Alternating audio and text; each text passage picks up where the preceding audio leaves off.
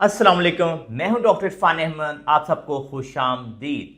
अगर आपकी उम्र 50 साल, 60 साल, 70 साल से ज़्यादा है और आप स्लिप होके गिर गए हैं और गिरने के बाद आपकी स्पाइन का फ्रैक्चर हो गया है, अब आपको ये बात समझ नहीं आ रही कि ऐसे स्पाइन फ्रैक्चर को कैसे डील करना चाहिए, इसका आर्थोपेडिक में क्या ट्रीटमेंट ऑप्शन है, क्या बगैर सर्जरी के ये मरीज ठीक हो सकता है, फ्रैक्चर के बाद ऐसे मरीज की क्या फिजियोथेरेपी होनी चाहिए, क्या रिहेबिलिटेशन होनी चाहिए, क्या वर्जिश होनी चाहिए, और आखिर में हम इस बात को भी डिस्कस करेंगे अगर स्पाइन फ्रैक्चर के बाद मरीज को हम जल्दी खड़ा नहीं करते, जल्दी चलाते नहीं है, तो उसके साथ हमें क्या कॉम्प्लिकेशन का सामना करना पड़ सकता है।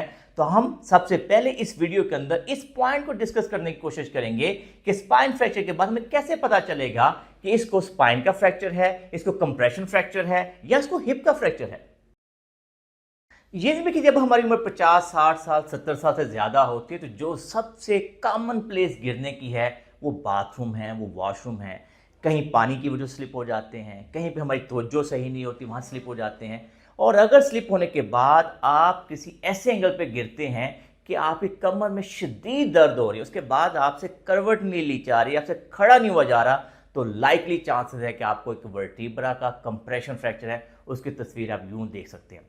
ये दिन में कि अगर आपका हिप का फ्रैक्चर होगा तो आपको यहाँ पे ग्रोइन में पेन होगी, लेकिन स्पाइन फ्रैक्चर के अंदर आपको लो बैक में शदीद दर्द होगी और आपसे उस दर्द को बर्दाश्त करना मुश्किल हो जाएगा, आपसे करवट लेना मुश्किल हो जाएगा। तो इस बात से हम इस समझ लेते हैं कि आपको स्पाइन का फ्रैक्चर है। अगर आपको कमर शदीद दर्द है तो फ़ौरन आपको हॉस्पिटल पहुंचना चाहिए, आपका एक्सरे होना चाहिए। एक सिंपल एक्सरे के ऊपर पता चल जाता है कि आपको वर्टिब्रा का कंप्रेशन फ्रैक्चर है। अब बताते हैं कि अगर आपका वर्टिब्रा का कंप्रेशन फ्रैक्चर हो गया है तो उसके बाद इसका आर्थोपेडिक में क्या ट्रीटमेंट ऑप्शन है। तो ये दिन में कि आइडियली जो फर्स्ट लाइन ऑफ ट्रीटमेंट है जो वर्टिब्रा कंप्रेशन फ्रैक्चर है कि 4 से 6 हफ्तों के लिए आपको ब्रेस लगा दी जाती है। इसका मतलब ये होता है कि हाइपर एक्सटेंशन ब्रेस होती है और वो जो ब्रेस है यूं आपको लगी हुई होती है और उसके अंदर आपकी स्पाइन के फ्लेक्शन मूवमेंट को मना कर दिया जाता है। 4 से 6 हफ्तों के बाद दोबारा एक्सरे करवाया जाता है। अगर लगता है कि आपकी हीलिंग हो रही है तो उसके बाद हम ब्रेस को डिस्कार्ड कर देते हैं, वरना 3 माह तक हम ब्रेस को लगे रहने देते हैं। ये दिन में कि अगर फर्क है 6 हफ्ते हो गए हैं, 3 माह हो गए हैं, लेकिन ये लगता यही है कि अभी हीलिंग बेहतर नहीं हो रही, तो कई दफ़ा फिर आर्थोपेडिक सर्जन इसमें सर्जिकल ऑप्शन तरफ जाते हैं। इसमें 2 ऑप्शन नॉर्मली ट्राई किए जाते हैं। एक बेसिकली वर्टिब्रोप्लास्टी होता है, एक काइफोप्लास्टी होता है, जिसका मकसद ये होता है कि जो हमारा वर्टिब्रा कंप्रेस हुआ है उसके अंदर सीमर डाल के बेसिकली जो वर्टिब्रा है उसकी नॉर्मल पोजीशन को मेंटेन करने की कोशिश की जाती है। उसके अपने हैजर्ड्स हैं कि अगर फॉर सीमेंट लीक हो जाए, वर्टिब्रल कनाल में चला जाए, तो डर ये होता है कहीं नर्व को कंप्रेस ना कर ले। तो आइडियली इसका जो लाइन ऑफ ट्रीटमेंट है स्पाइन कंप्रेशन फ्रैक्चर के अंदर गिरने के बाद कंजर्वेटिव ट्रीटमेंट है, इनके बगैर सर्जरी के ही मरीज को डील किया जाता है। ये देखिए आपके स्पाइन का फ्रैक्चर हो चुका है तो सबसे इंपॉर्टेंट चीज होती है कि आपकी लेग की स्ट्रेंथ को, बाजू की स्ट्रेंथ को मेंटेन किया जाता है।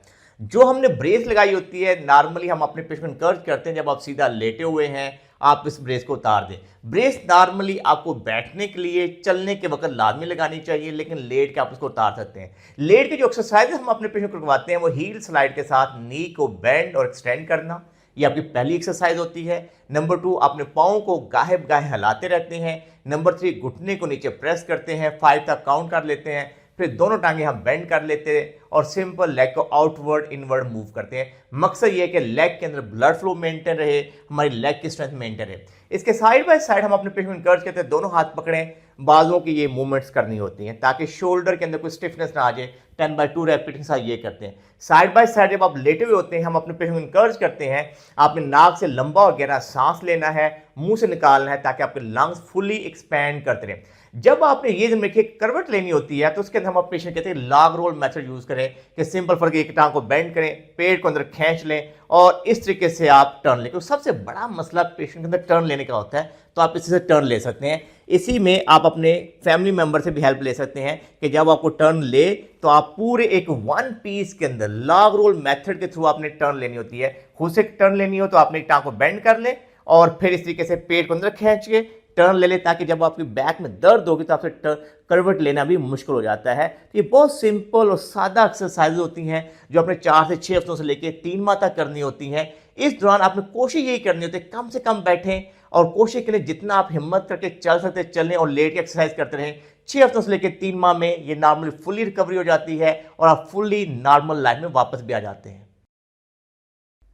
मैं उम्मीद करता हूं गिरने के बाद स्पाइन का जो फ्रैक्चर हो जाता है, जो कॉमनली वर्टिब्रल कंप्रेशन फ्रैक्चर है, उसके ऊपर आपको हमारी वीडियो पसंद आई होगी। अगर फर्ज करें किसी का हिप का फ्रैक्चर हो गया गिरने के बाद, तो वो ये वीडियो देखें। इस वीडियो के अंदर हमने डिटेल में एक्सप्लेन किया है कि किस तरह से हिप फ्रैक्चर के बाद आपको रिहैबिलिटेशन करनी चाहिए, वर्जिशें करनी चाहिए। अगर फर्ज करें हम ये चाहते हैं कि आपकी उम्र 50 साल है, 60 साल है, 70 साल से ज़्यादा है, आपकी फैमिली में कोई गिर गया है और उसके बाद आप घबरा गए हैं, डर गए हैं और अभी चाहते हैं गिरने से बचना, तो इसके लिए बड़ी ज़बरदस्त हमारी ये वीडियो है। इसके अंदर 5 से 6 मिनट की वर्जिशें हैं, सुबह शाम आप करेंगे तो हमेशा हमेशा पे गिरने से बच सकते हैं। मैं उम्मीद करता हूं कि आपको हमारी वीडियो पसंद आई होगी। अगर आपको ये वीडियो पसंद आई है तो इसको लाइक और शेयर कीजिए, हमारे चैनल को सब्सक्राइब कीजिए और बेल आइकन को जरूर क्लिक कीजिए ताकि आपको हमारी नई वीडियोस के बारे में आगाही हो। अल्लाह हम सबका हामी नासर हो। अल्लाह हाफिज़।